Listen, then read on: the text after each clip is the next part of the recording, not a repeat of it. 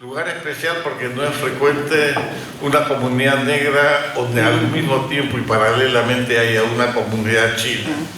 Y eso ha sido su ambiente, su vida, San Luis de Cañete. No solamente es su interés, una inquietud transitoria de ahora, sino que está promoviendo, impulsando también reunir a los Tuzán de allá de su tierra. Creo que eso no está en lo que digo y disculpa que haya agregado cosas tan buenas. Tengan muy buenas tardes, público presente, estimada mesa de honor. Es para mí un total honor estar aquí con ustedes el día de hoy exponiendo un tema que he estado de alguna manera también trabajando académicamente, y aparte es también un testimonio de mis antepasados. Soy Candy Cortés. El día de hoy he puesto Lee adelante de mi apellido Cortés porque es mi verdadero apellido. El Cortés es un apellido adoptado por mi bisabuelo chino que llegó a Cañete y se asentó ahí. Para exponer el tema de mi historia familiar he querido mencionar un poco de qué es Cañete, qué haciendas han existido en Cañete y cómo ha sido el proceso de cambios o adopciones de apellidos por parte de los inmigrantes chinos que llegaron a Cañete, y no solo a Cañete, sino en todo el Perú durante el siglo XIX, porque en realidad es a partir de ahí que nace en mí las ganas de seguir indagando sobre mi pasado chino.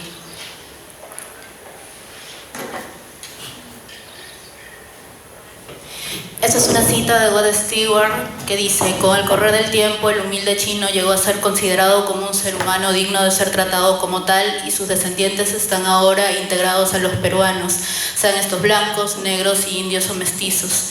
Esto está publicado en La servidumbre china en el Perú. Es un libro que publicó más o menos en los años 70, y he querido poner esto porque refleja claramente el proceso de integración que ha tenido el chino en el territorio peruano.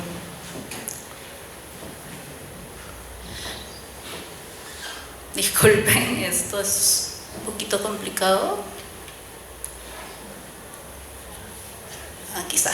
Este es el mapa de Cañete, lo que se desarrolló en la época del siglo XIX y por qué se asentaron ahí esclavos africanos, y luego la llegada de los culís o chinos fue en la parte baja o sureña de la provincia de Cañete. La provincia de Cañete está ubicada en el departamento de Lima. Básicamente hoy estuvieron acción dentro del distrito de San Vicente de Cañete, San Luis y Cerro Azul, que están de verde, amarillo y rosado dentro del mapa.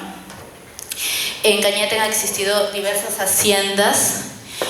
Una de las más conocidas es la Hacienda Arona, la Hacienda Casablanca, la Hacienda La Quebrada, la Santa Bárbara y Montalbán. Las 4 primeras están ubicadas en el distrito de San Luis de Cañete, la última en el distrito de San Vicente de Cañete. ¿Por qué las pongo en esta exposición? Es que en estos lugares confluyeron el mayor número de afroperuanos y los inmigrantes chinos que llegaron. Este fue el lugar donde se conocieron, donde interactuaron, donde trabajaron, y finalmente muchos también donde murieron, y hasta ahora hay tumbas que recién están encontrando de afros y de esclavos afros y también de culís. Relaciones entre chinos y afros. Se conoce que dentro de las relaciones entre chinos y afros no fue nada fácil en un momento, fue todo lo contrario, hubo muchos choques entre ellos, y esto fue básicamente por 2 razones. Una, por el tema económico, y es que los afros sentían que los chinos venían a quitarle un mercado de trabajo, por decirlo así, pues ocupaban puestos que ellos habían ocupado durante siglos anteriormente. Aparte de ello, competían entre sí por las mujeres del lugar. Acuérdense de que los chinos vinieron básicamente sin mujeres, era una inmigración de puros hombres. Entonces ellos al momento de casarse lo hacían mayormente con mujeres afroperuanas. En Cañete, al tener una gran población afro y posteriormente tener una gran población china, hubo una gran mezcla entre ellos, y hasta ahora sus descendientes se encuentran ahí. Este es un pasaje que se encuentra en el libro de Juan de Arona, que era un ex hacendado o descendiente de la familia dueña de la Hacienda Arona, que se encuentra en San Luis de Cañete, que dice: los negros y cholos de ese lugar llevan 30 años de odio gratuito por esos infelices inmigrados, refiriéndose a los chinos. Aprovechando de la cefalia en que quedaron los pueblos con la ocupación de Lima por los chilenos efectuada en el mes anterior, se levantaron en febrero de 1881 a matar chinos. Esa es una matanza de chinos, una gran matanza de chinos que se conoce dentro de la provincia, pues asesinaron miles de chinos cerca de lo que ahora es el Castillo Nano, que es bastante conocido como atracción turística dentro de Cañete. Los chinos corrieron y se atrincheraron dentro de lo que, o los restos de ahora, que es la casa de la Hacienda Casablanca. Estuvieron ahí cerca de 3 meses aproximadamente, resistiendo a las huestes que estaban ahí, que eran básicamente afros e indios, como los mencionan ahí, y solo resistieron pocos. Al final vino una tropa liberadora que los pudo sacar de este lugar y salieron prácticamente como cadáveres en vida, como narraron en el libro. En Cañete, y quizás porque los afros han estado mucho más tiempo en el territorio peruano, se ha impregnado principalmente esto en los pobladores. Tú, si eres cañetano, siempre vas a reconocer más tu identidad afro antes que una identidad andina o una identidad china o japonesa. Todas estas migraciones llegaron hacia Cañete, pero lo que se impregna en ti va a ser siempre lo afro. La mayoría de personas te van a responder eso.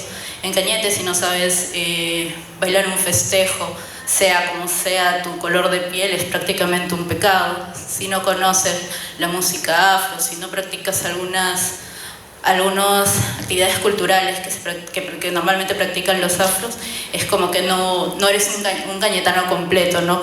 Y de alguna manera actualmente se conoce también que hay descendientes de afro-tusanes, porque que los denomino así, que de alguna manera han prevalecido su identidad afro sobre la tusán. Quiero mencionar el caso de Susana Vaca. Susana Vaca es descendiente de una sanluisina. San Luis es un distrito de Cañete.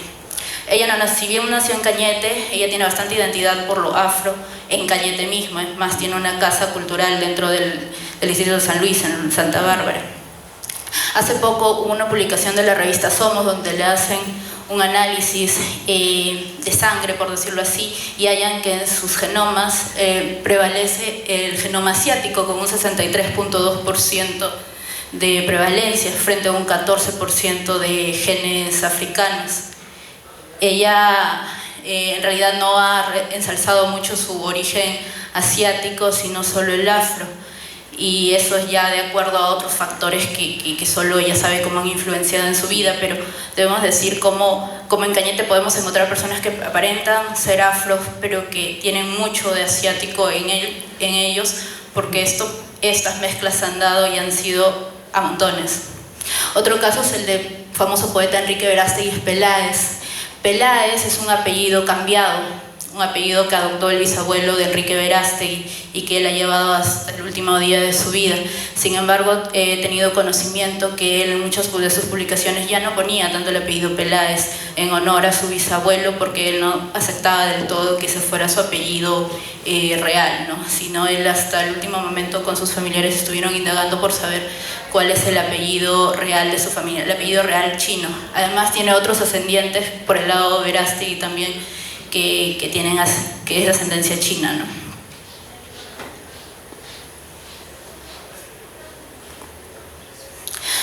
Hablarles un poquito rápido sobre el tema de por qué los chinos adoptan apellidos castizos.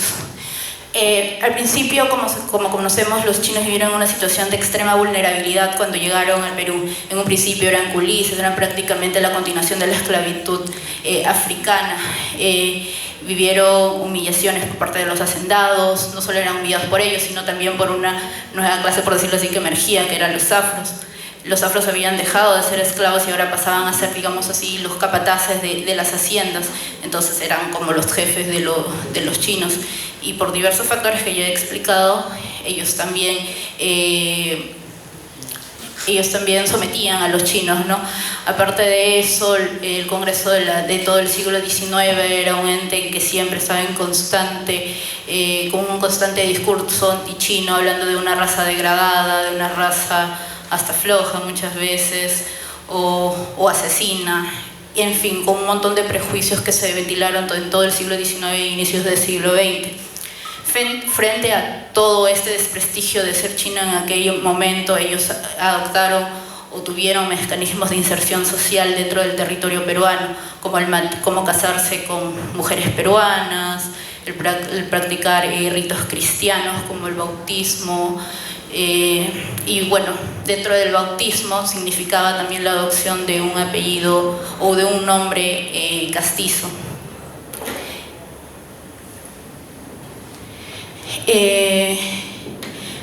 Al momento de cambiarse los apellidos o de adoptar un apellido totalmente diferente, ellos normalmente iban a una iglesia o la capilla de la hacienda o lo que hubiera, o una entidad religiosa, con el padrino de bautismo. El padrino de bautismo podría ser el mismo hacendado, ser un capataz, ser un vecino del lugar.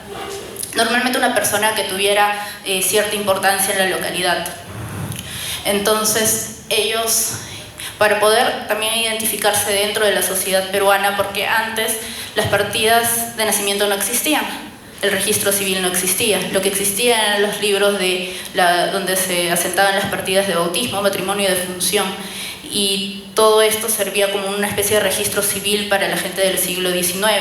Si bien es cierto, a mediados del siglo XIX, en las constituciones de la época ya se habla sobre crear unos registros civiles dentro de las municipalidades, estos no funcionan así porque dentro de la mentalidad peruana todavía estaba bastante arraigado que quien lleva los libros con los nombres de todo el mundo o de todos los ciudadanos son las iglesias. Y practicar sus ritos es importante para verse integrado totalmente dentro de la sociedad. Otra razón es el tema de la resistencia cultural. Como deben saber, una persona que no era católica no podía ser enterrada dentro de un cementerio cristiano. Entonces tú, para poder que te puedan enterrar, tienes que haber practicado el bautismo y todos los sacramentos cristianos que existen.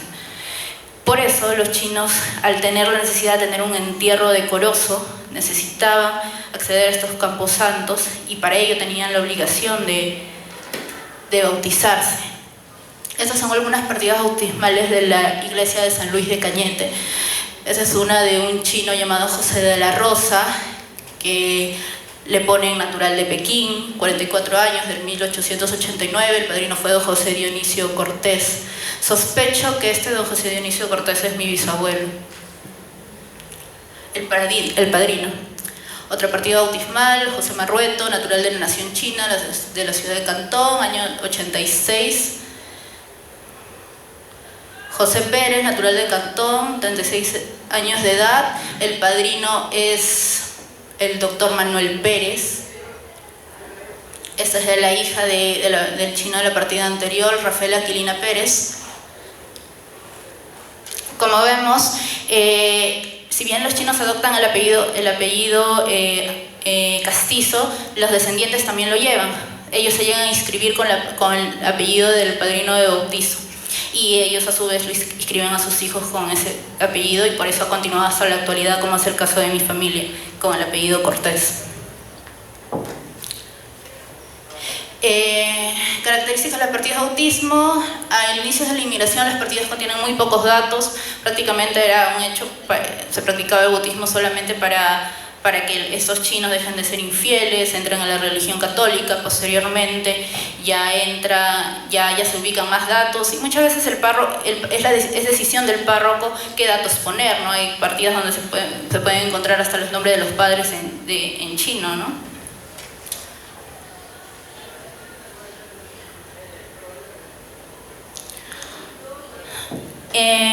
Para mi testimonio personal en particular, luego de haber explicado esto, quería leerles un pequeño cuento de una página que escribí hace poco, que es en relación a mi familia y tiene unos pequeños datos de ficción, pero eso no hace perder la realidad del relato, ¿no? Y dice así: les cuento la historia de aquel chino llegado desde Cantón a la hacienda Arona, que con su trabajo y el de sus compatriotas aportó al desarrollo de esta noble zona. El chino Li era trabajador de tradición. Con sus manos y mente se hizo de un pequeño espacio en la hacienda cañetana.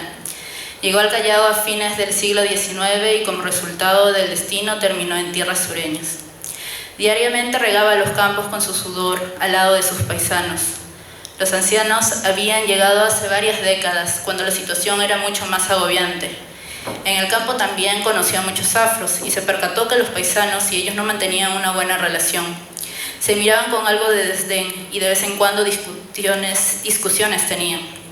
Un paisano llamado Chau, sentado en la quebrada, le contó que hace como 10 años hubo un acontecimiento horrible. Negros y andinos se rebelaron y en ese trajín persiguieron a los chinos y a muchos asesinaron. Varios paisanos pudieron protegerse y resistir dentro de Casablanca.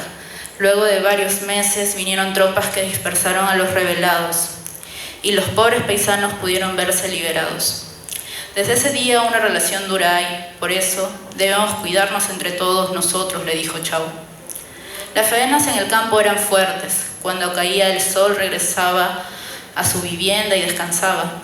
Un día, mientras intentaba dormir, escuchó unos golpes de tambores. Parecía el sonido del taiku, aquel tambor chino que retumbaba en cada danza de león. Un poco dubitativo salió de su vivienda, vio un grupo de negros bailando al sonido de unas cajas con un agujero en el centro. Temeroso se acercó. Uno de los danzantes le dijo: «Ven, chinito, baila con nosotros». Lee se sorprendió, aunque no entendía bien. El ademán que hizo el negro le confirmó que era una invitación a compartir con ellos. Pasó casi toda la noche ahí. El sonido lo consolaba y paradójicamente lo acercaba un poco a su añorada China. Pensó que los temores no debían invadirlo. Los negros eran gentiles y hasta comida rara pero muy sabrosa le habían invitado. En las siguientes semanas Lee tuvo más contacto con los paisanos de la colonia. Se reunían en una casa de la calle Comercio en Pueblo Viejo. Tan le presentó a dos paisanos, gestores de esa organización, Lai y Lan. Aunque fuera del círculo chino eran conocidos como José Colina y Pedro Torres respectivamente.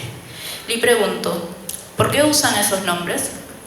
Son nombres para esta tierra, es necesario usarlos, si no nadie nos entiende. No pueden pronunciar nuestros verdaderos nombres, menos escribirlos. Lai, ¿cómo elegiste ese nombre?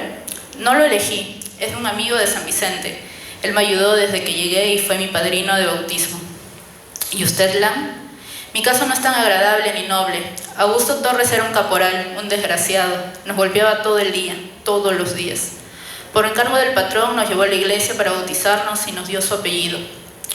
Pasó un mes. El patrón buscó al grupo de los chinos recién llegados, incluido Lee. Los llevó fuera de la hacienda. Caminaron cerca de media hora. Lee pudo observar desde lejos a dos maderos entrecruzados y sin atajos desperdiciados. En la iglesia, delante del patrón, lo despojaron de su apellido y su instrucción. El patrón airado le dijo: «No entiendo tu lenguaje raro. Desde ahora castizo será tu nombre. Dejarás de ser infiel y vivirás como la gente, respetando a nuestra Madre Santa a favor de tu pobre alma». Lee no entendía nada, hasta recordar la conversación que tuvo antes. Le rociaron agua en la cabeza. El cura recitó palabras más extrañas que el español.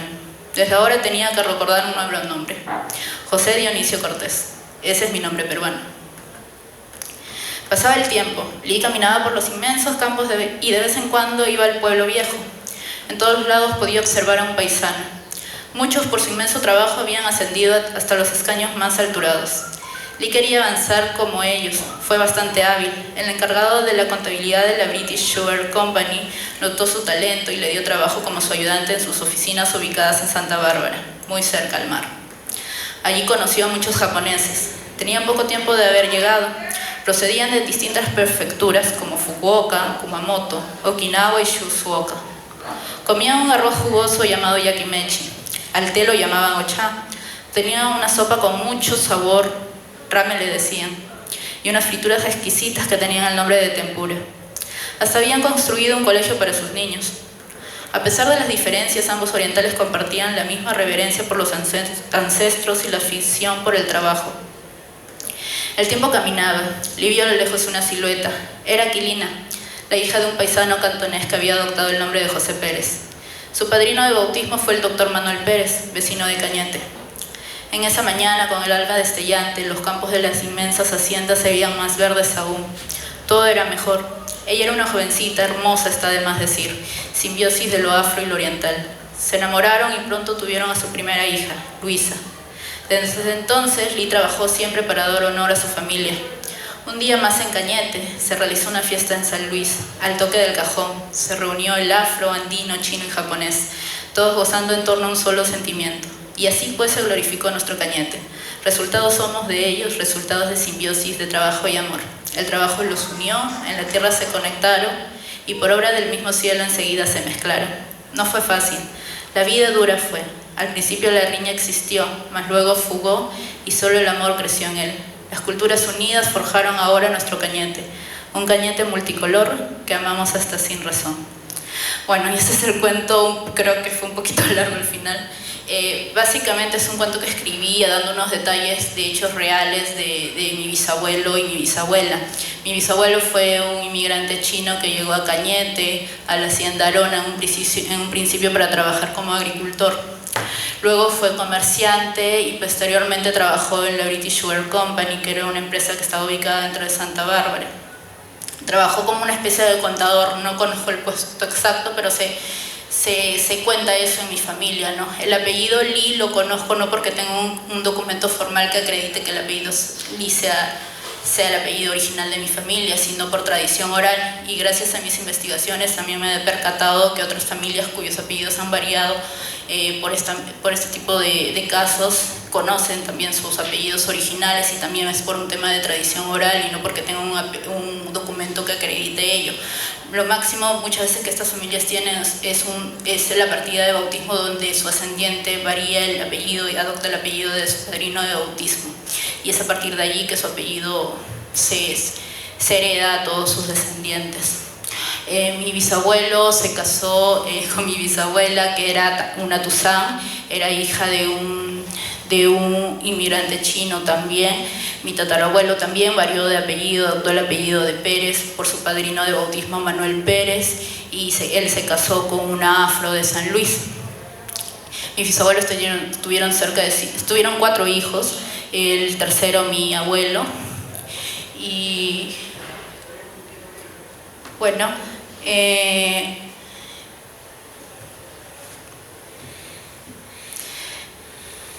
básicamente lo que en mi familia y en los muchos casos de las familias cañetanas con origen chino, los que pueden quedar algunos rezagos de cultura china más que tradiciones fuertes, son las siguientes. En el caso de mi familia, me dijeron siempre solo se deben tomar bebidas calientes. Y es el caso así de mi familia. En mi familia nunca se toman bebidas heladas. Yo no suelo tomar, o nunca tomo una bebida helada, ni siquiera en verano. En China normalmente es así. Las bebidas, por lo general, que te sirven son bebidas calientes, y esto es por un tema de medicina también, porque las bebidas calientes ayudan a una mejor digestión. Y cualquier chino nunca se le va a ver tomando agua helada, ¿no? Y eso es algo que mi familia, mis papás, y que se impregnó desde antes, por lo que tengo conocimiento, y es prácticamente un pecado tomar agua helada. La cocina. La cocina en Perú normalmente es una actividad, lamentablemente, que se le ha asignado el rol de las mujeres, y que de hecho ya se está luchando contra ello, ¿no? Y en la mayoría de hogares peruanos se ha visto que las mujeres las madres son las que han cocinado en el hogar. En mi familia no fue así. Mi papá, en el 80% de los casos, fue el que me cocinó. El desayuno, el almuerzo, y la cena. Todo lo que referente a comida era lo que mi papá lo había hecho, y él aprendió a cocinar a partir de las vivencias porque vio cocinar a su papá, a mi abuelo. Y mi abuelo, a su vez, a mi bisabuelo. Entonces, un producto de esto es que yo no sepa cocinar absolutamente nada, porque es una tarea que siempre vi como que era más del hombre. Y ya luego, cuando al interactuar más, me di cuenta que no era así, ¿no? Todas las casas del mundo eran la mujer normalmente la que cocinaba, ¿no? Y esa actividad de la cocina es algo que se caracterizó bastante al chino. Incluso Juan de Arona menciona a toda hora del día y aún de la noche, pues son noctámbulos, están cocinando. La cocina es su manía, haciendo referencia a los inmigrantes chinos, ¿no? Y es conocida su labor de cocinar. Esta es una imagen del periódico Fray Cabezón, número 23 de 1907, donde se ve que estereotipan también la imagen del chino cocinero, que se le ve cocinando animales, cosas un prejuicio que de alguna manera aún perdura. Esta es una imagen tomada en el 2019 que parece sacada de una revista del siglo XIX, donde mencionan, cuidado, mafia china, secuestra, tortura y asesina perros. La mayoría de los perros que son secuestrados de hogares con dueños son golpeados y quemados vivos por estos miserables y salvajes chinos. Raza cruel, despiadada, sanguinaria, vengativa y sin sentimiento alguno. De verdad parece un copy y pega de cualquier revista del siglo XIX que puedas revisar. Es increíble. En pleno mercado de Pueblo Libre, si no me equivoco, se tomó esta fotografía.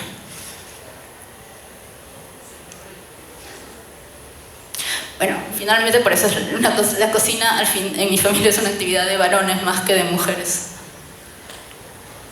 Los juegos de azar, las apuestas. Yo soy, y debo confesar, un poco ludópata. No llego a apostar, pero me encanta jugar juegos de mesa, toda esta atmósfera. Y dentro de bastantes familiares míos también ha quedado esto.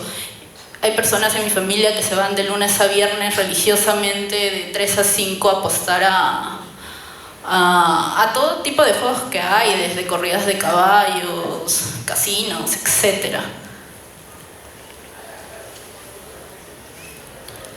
Bueno, y esto es algo que tienen bastantes familias de origen chino, ¿no? En relación a los antepasados, respeto a los padres y mayores, es bastante común encontrar que tú no puedes discutirle muchas cosas a tus padres, y eso sí también se ha impregnado bastante en mi familia. Por ejemplo, yo debo confesar que cuando yo estaba postulando, yo quería postular una carrera de ciencias sociales, quería estudiar historia, sociología, pero mis padres como que mucho no querían, así que tomé la carrera como que de alguna manera más parecido, que más iba por ahí, que era derecho, ¿no?